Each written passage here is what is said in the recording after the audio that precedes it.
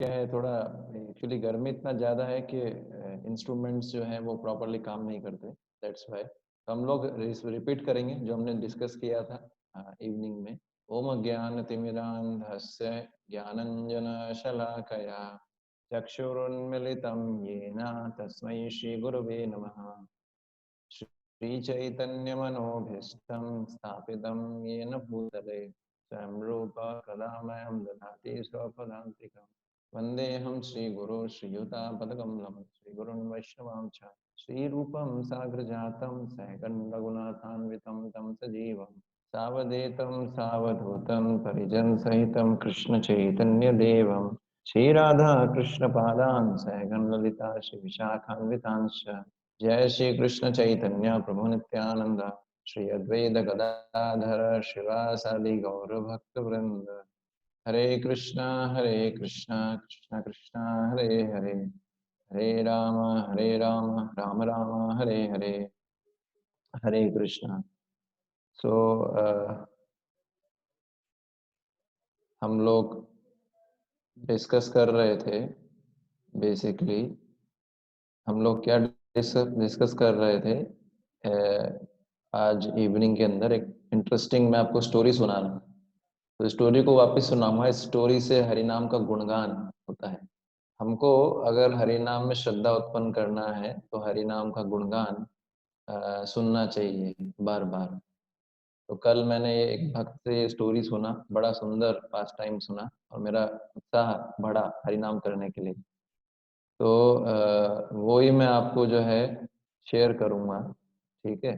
तो मैं आपको बता रहा था कि ये स्टोरी आती है महाभारत का जो युद्ध हो चुका होता है, और उसके बाद क्या होता है बेसिकली युधिष्ठिर महाराज राजा बन चुके होते हैं।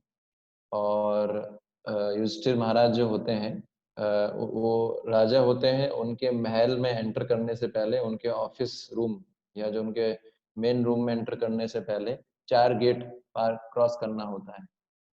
तो 4 गेट, आप ऑब्वियस सी बात है किसी बड़े व्यक्ति से मिलना चाहेंगे तो डायरेक्ट तो नहीं मिल सकते, तो क्या करना होगा, और आपको अलग अलग गार्ड्स के थ्रू होके जाना पड़ेगा। फर्स्ट गार्ड, सेकंड गार्ड, जैसे किसी बड़े व्यक्ति से मिलते हैं तो पहले अंदर जो गार्ड होते हैं, जो मेन गेट पे जो गार्ड होते हैं, एंट्री करना पड़ता है, फिर अंदर जाते हैं तो रिसेप्शन पे जाते हैं, ऐसा करके अलग अलग एंड्स होते हैं।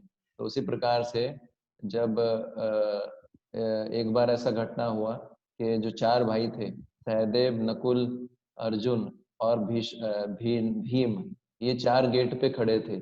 और किसी को भी युधिष्ठिर महाराज से मिलना हो तो क्या करना पड़ेगा, ये 4 गेट गेट क्रॉस करना पड़ेगा, और उसके बाद वो युधिष्ठिर, एक वेटिंग रूम होगा, उस वेटिंग रूम में थोड़ा उनको बैठना होगा और फिर युधिष्ठिर महाराज से मिल सकता है। तो एक बार एक व्यक्ति थे, तो वो व्यक्ति आए मिलने के लिए युधिष्ठिर महाराज से। तो वो जब से पहले पहुंचे सहदेव के पास, तो सहदेव के पास पहुंचे तो उन्होंने बोला मुझे जो है मिलना है युधिष्ठिर से। तो बोला कि क्या काम है आपको। बोले आप मुझे बताइए, मैं आपका जो है शंका, कुछ अगर आपको कुछ हेल्प करना है तो मैं करूंगा। तो युधिष्ठिर महाराज जो हैं वो तो उनसे मिलने से पहले मैं आपकी शंका समाधान करता हूँ, बताइए मुझे। तो उस व्यक्ति ने एक प्रश्न पूछा उनसे। क्या प्रश्न था, व्यक्ति ने पूछा कि जब मैं हस्तिनापुर आ रहा था तो मैंने रास्ते में देखा कि एक किसान था। वो किसान क्या कर सॉरी एक व्यक्ति था, वो व्यक्ति क्या कर रहा था, उसके पास घड़े थे। एक बहुत बड़ा घड़ा था और 4 छोटे छोटे घड़े थे। तो वो क्या कर रहा था, बहुत बड़े घड़े में को फुल वो पानी से भरा था। उस घड़े को उन्होंने 4 छोटे छोटे घड़ों में खाली किया, है ना। जैसे एक घड़े में मान लीजिए 1 लीटर पानी है तो 250 ग्राम 250 ग्राम 250 ग्राम 250 ग्राम खाली किया। तो जब वापस वो चारों छोटे घड़ों का पानी या पात्रों का पानी उस बड़े पानी घड़े में डाला गया, तो वो बड़ा जो घड़ा दोबारा जब उसमें डाला गया तो वो आधा ही भरा, मतलब वो 500 ग्राम भी भरा। तो उसके वो बोला कि ये कैसे हो सकता है ना। ये कैसे हो सकता है कि पूरा पात्र भरा था 1 लीटर, उसमें से 250 ml 250 ml 250 ml डाला, और जब वापस 250 ml वाले पॉट्स को खाली किया, बड़े वाले पॉट में, तो वो 500 ml ही बना, ये कैसे हो सकता है। तो सहदेव थोड़े कंफ्यूज हो गए, बोले ये कैसे, ये तो मुझे भी समझ में नहीं आया। बोले शायद इसका आंसर मैं नहीं दे पाऊंगा, तो आप नकुल के पास जाइए। तो पहला गेट उसने क्रॉस किया और नकुल के पास गए। शायद हो सकता है नकुल आपकी बात का प्रश्न का उत्तर दे दे, तो नकुल के पास जाते हैं। तो नकुल के पास जाके जो है पूछते हैं, बोले मुझे युधिष्ठिर महाराज से मिलना है। तो नकुल बोलते हैं उनको, क्या बोलते हैं, बोले आप मुझे बताइए, अगर आपकी कोई शंका है तो मैं उसको सॉल्व करूंगा और मैं आपको हेल्प करूंगा, और हो सकता है मेरे से ही आपका काम चल जाए। तो वो जो है उनसे प्रश्न पूछते हैं, बोले अच्छा मेरा एक शंका है। जब मैं आ रहा था हस्तिनापुर से, इधर हस्तिनापुर से आ रहा था, तो क्या हुआ कि मैंने एक बड़ा विचित्र जो है घटना देखा कि एक किसान था, है ना, उसका खेत था। वो जानवरों को भगाने के लिए कुछ लगाते हैं ना, उसको क्या बोलते हैं?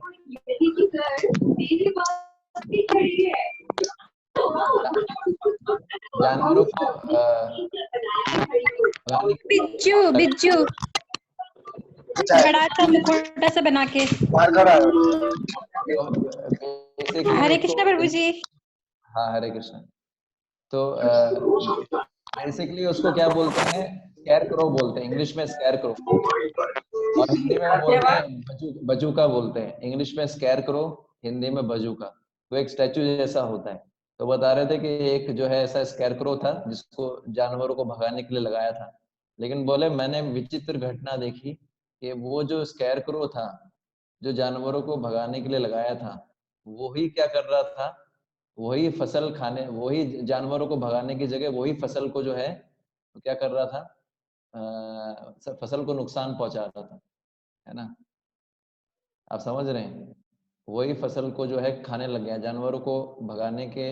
वो जानवर क्या है, फसल आके खराब करते हैं या खा जाते हैं, तो वो जानवरों को, चिड़िया को भगाने की जगह खुद ही जो है वो क्या करने लग गया, फसल खाने लग गया। तो ये कैसे हो सकता है? तो जो सहदेव थे, नकुल सोचे, नकुल बोले ये तो बड़ा विचित्र घटना है। तो बोले वो उसका उत्तर नहीं दे पाए, तो वो बोले हो सकता है अर्जुन इसका उत्तर दे दे, तो आप अगले गेट पे जाइए। तो वो अर्जुन के पास जाते हैं। अर्जुन के पास जाते हैं तो अर्जुन को बोलते हैं कि मैं युधिष्ठिर महाराज से मिलना चाहता हूँ और कृपा करके मुझे जाने दीजिए, मेरा कुछ प्रश्न है। तो अर्जुन बोलते हैं क्या प्रश्न है? हो सकता है आपको युधिष्ठिर महाराज से, मतलब महाराज बिजी हैं, इतनी आसानी से मिलते नहीं हैं, आप मुझे बताइए मैं सॉल्व करता हूँ। तो उन्होंने अर्जुन से प्रश्न पूछा। क्या प्रश्न पूछा? बोले जब मैं हस्तिनापुर आ रहा था ना, तो मैंने रास्ते में एक विचित्र घटना देखी। क्या घटना देखी? कि एक व्यक्ति जो था वो क्या कर रहा था, सुई के छेद से हाथी निकाल रहा था। और सुई के छेद से जब हाथी निकाल रहा था, तो हाथी तो निकल गया लेकिन उसकी पूंछ फंस गई। हाथी तो निकल गया लेकिन उसका पूंछ फंस गया, है ना। तो ये कैसे हो सकता है? तो ये घटना, तो अर्जुन शॉक्ड हो गए, बोले ये कैसे हो सकता है, ये तो मैंने भी पहली बार ही सुना है। तो अर्जुन को भी समझ में नहीं आया। तो अर्जुन ने बोला शायद ऐसा हो सकता है कि आप भीम के पास जाइए और भीम जो है आपके इस प्रश्न का उत्तर देंगे। तो भीम के पास जाते हैं। तो भीम के पास जाते हैं, बोलते हैं मुझे महाराज युधिष्ठिर से मिलना है, उनसे जो है कुछ प्रश्न पूछना है। तो भीम बोलते हैं कि भाई आप, मैं ही आपकी सॉल्व कर देता हूँ क्वेरी, महाराज बिजी हैं, इतनी आसानी से मिलते नहीं है। तो भीम के पास जाते हैं, तो भीम क्या बोलता है, आप पूछिए। तो वो पूछता है मेरा एक प्रश्न था कि मैं हस्तिनापुर आ रहा था तो मैंने एक विचित्र घटना देखी। क्या घटना देखी? कि एक एक लड़के को देखा मैंने, वो धागे से क्या कर रहा था, पर्वतों को जो है उठा रहा था। पर्वतों को उठा उठा के धागे से, एक पतले धागे से पर्वतों को उठा के फेंक रहा था। तो बोले ये कैसे हो सकता है? तो जो है भीम जो है बड़े कंफ्यूज हो गए, बोले यार ये तो पहली बार ही सुना है। तो बोलते अच्छा एक काम करो आप, शायद युधिष्ठिर महाराज जी आपके इस प्रश्न का उत्तर दे पाएंगे। तो युधिष्ठिर महाराज को वो बोलते हैं कि आप वेटिंग रूम में बैठो, मैं महाराज को बुला के लाता हूँ। तो अब क्या है, चारों भाई से प्रश्न पूछा गया। तो सहदेव जो थे वो नकुल के पास गए पहले, उनको बोला क्या पूछा उसने, शायद उनको लगा सेम क्वेश्चन पूछा होगा उस व्यक्ति ने, और चारों से अलग अलग क्वेश्चन पूछा था। सहदेव नकुल मिलकर अर्जुन के पास गए, अर्जुन सब मिलके फिर भीम के पास गए, और चारों भाई मिलकर युधिष्ठिर महाराज के पास पहुंचे और उनको एक घटना सुनाया। घटना सुनाया तो युधिष्ठिर महाराज ने बोला उस व्यक्ति को तुरंत बुला के लाओ मेरे पास। और जब उस व्यक्ति को तुरंत बुलाने गए तो देखा कि व्यक्ति है ही नहीं। तो जो है युधिष्ठिर महाराज को समझ में आ गया सब कुछ। युधिष्ठिर महाराज ने उनको फिर समझाया, है ना। क्या समझाया? उन्होंने ये समझाया कि देखिए वो जो व्यक्ति था वो कौन था, वो कलयुग था, साक्षात कलयुग। तो बोले लेकिन इसका क्या मतलब है? उसने 4 प्रश्न पूछे। पहला प्रश्न क्या याद है आपको? पहला प्रश्न क्या था? पहला प्रश्न याद है आपको? प्रभु जी वो एक बड़े मटके में से छोटे मटके में पानी डाला था। मैं क्या करूंगा, मैं सभी डिवोटीज को म्यूट कर रहा हूँ, जो भी उत्तर देंगे वो अनम्यूट करके उत्तर देंगे। तो जो है माता जी ने पहला उत्तर दिया है कि वो बड़े घड़े से छोटे पात्रों में भर रहा था। तो युधिष्ठिर महाराज ने समझा है। हाँ, हरे कृष्ण। हरे कृष्णा प्रभु जी। और फिर हाँ। छोटे से जब बड़े में डाला तो वो पूरा नहीं भरा, आधा था। हाँ, इसका जो है इंटरप्रेट करके बताया युधिष्ठिर महाराज ने। बोले कलयुग में क्या होगा, कलयुग में ऐसा ही होगा कि जो माँ बाप होंगे वो बच्चों की सेवा इतने अच्छे से करेंगे कि अकेला पिता या माँ अपने बेटे की या पुत्रों की सेवा अच्छी प्रकार से कर पाएंगे, भली प्रकार से। लेकिन जब उनके बेटे जब बड़े होंगे तो वो जो है खूब सारे बेटे और बेटी मिला के भी अपने माँ बाप की उतनी सेवा नहीं कर पाएंगे, उतना रिटर्न नहीं कर पाएंगे जितना अकेला माँ बाप उनके लिए करते हैं। तो ये हम देखते भी हैं आजकल युग में, ये जो है बच्चे माँ बाप कितना सेवा करते हैं, कितना कष्ट उठाते हैं बच्चों की शिक्षा के लिए, लेकिन वही बच्चे जब बड़े होते हैं तो क्या होता है, वो उनका केयर नहीं करते। स्पेशली जो प्रभु जी लोग होते हैं, मेल्स जो होते हैं, है ना, ऐसा। तो ये जो है पहला उनको समझ में आया। फिर दूसरा प्रश्न क्या था, कौन बताएंगे?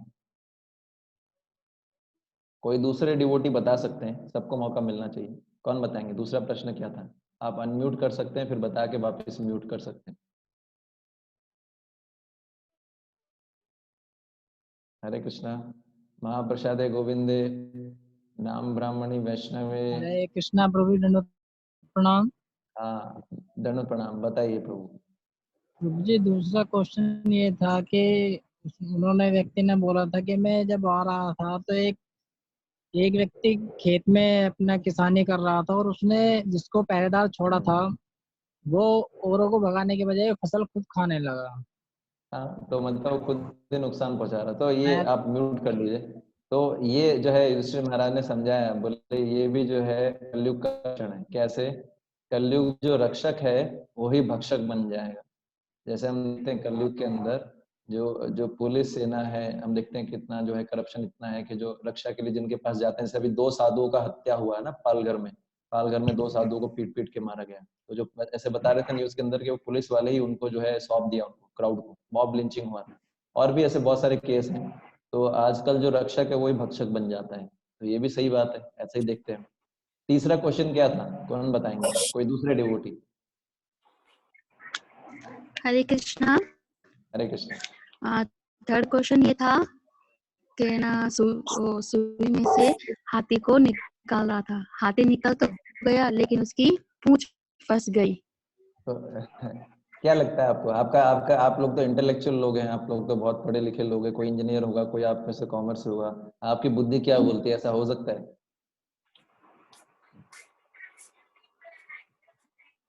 ना? आप में से कोई इंजीनियर भी होगा, आप में से कोई डॉक्टर भी होंगे, आप में से कोई चार्टेड अकाउंटेंट भी होंगे, बहुत पढ़े लिखे लोग भी होंगे। क्या लगता है, ये संभव है कि हाथी तो निकल गया लेकिन पूंछ नहीं निकल गई?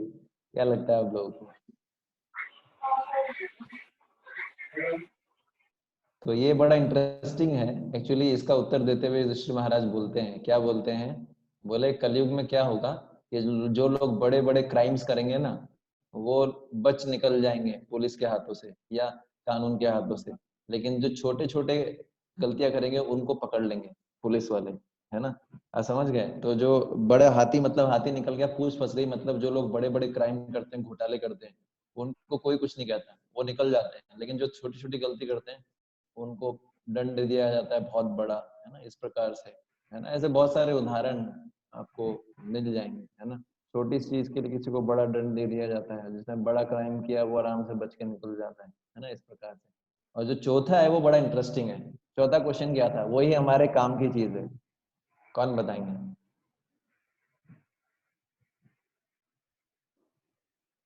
महाप्रसादे गोविंदे नाम ब्राह्मणी वैष्णवे स्वल्पनम वतम राजन हरे कृष्ण विश्वास प्रभु जी। निर्जायते। हरे प्रभु जी कृष्ण। यस चौथा, प्रभु जी। हाँ प्रभु जी, वो चौथा प्रश्न था कि वो धागे से जो है पर्वतों को उठा उठा के फेंक रहा था। तो तो ये जो है बड़ा जबरदस्त है इसका। आप रेडी हैं सुनने के लिए? इसका एक्सप्लेनेशन ही हमारे काम की चीज है। कितने लोग रेडी हैं? जी अरे वो कितने लोग रेडी? जी प्रभु जी।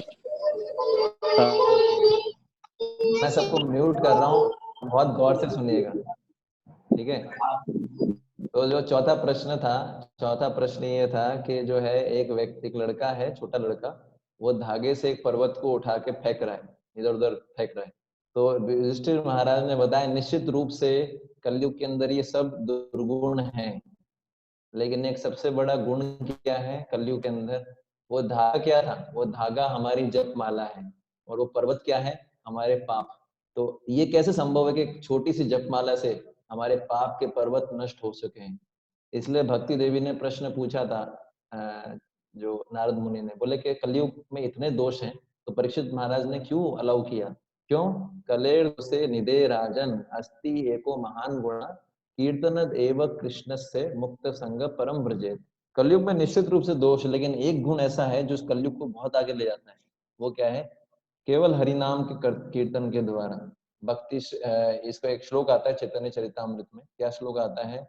भक्ति श्रेष्ठ साधन सुनिते हैल मन प्रभु उपदेश कैल नाम संकीर्तन हरे नाम हरे नाम एव केवलम कलौ नास्तेव नास्तेव गतिरन्यथा भजनेर मध्य सर्वश्रेष्ठ नवविधा भक्ति कृष्ण दीते कृष्ण प्रेम कृष्ण दीते धरे महाशक्ति तार मध्य सर्वश्रेष्ठ नाम संकीर्तन निरपराध नाम ले पाए प्रेम धन।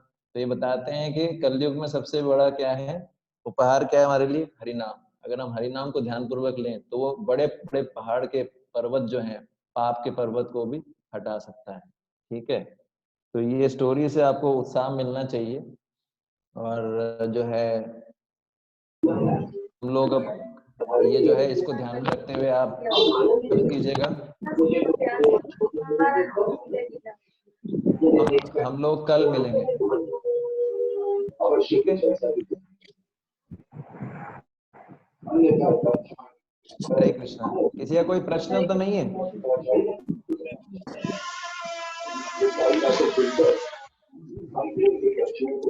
किसी का कोई प्रश्न? तो ठीक है, हम लोग कल मिलेंगे। Thank you very much. Jagat Guru शिला प्रभुपाद की ठीक है। जय। हरे कृष्ण भक्ति जी, धन्यवाद। हरे कृष्णा हरे कृष्णा। हरे कृष्ण।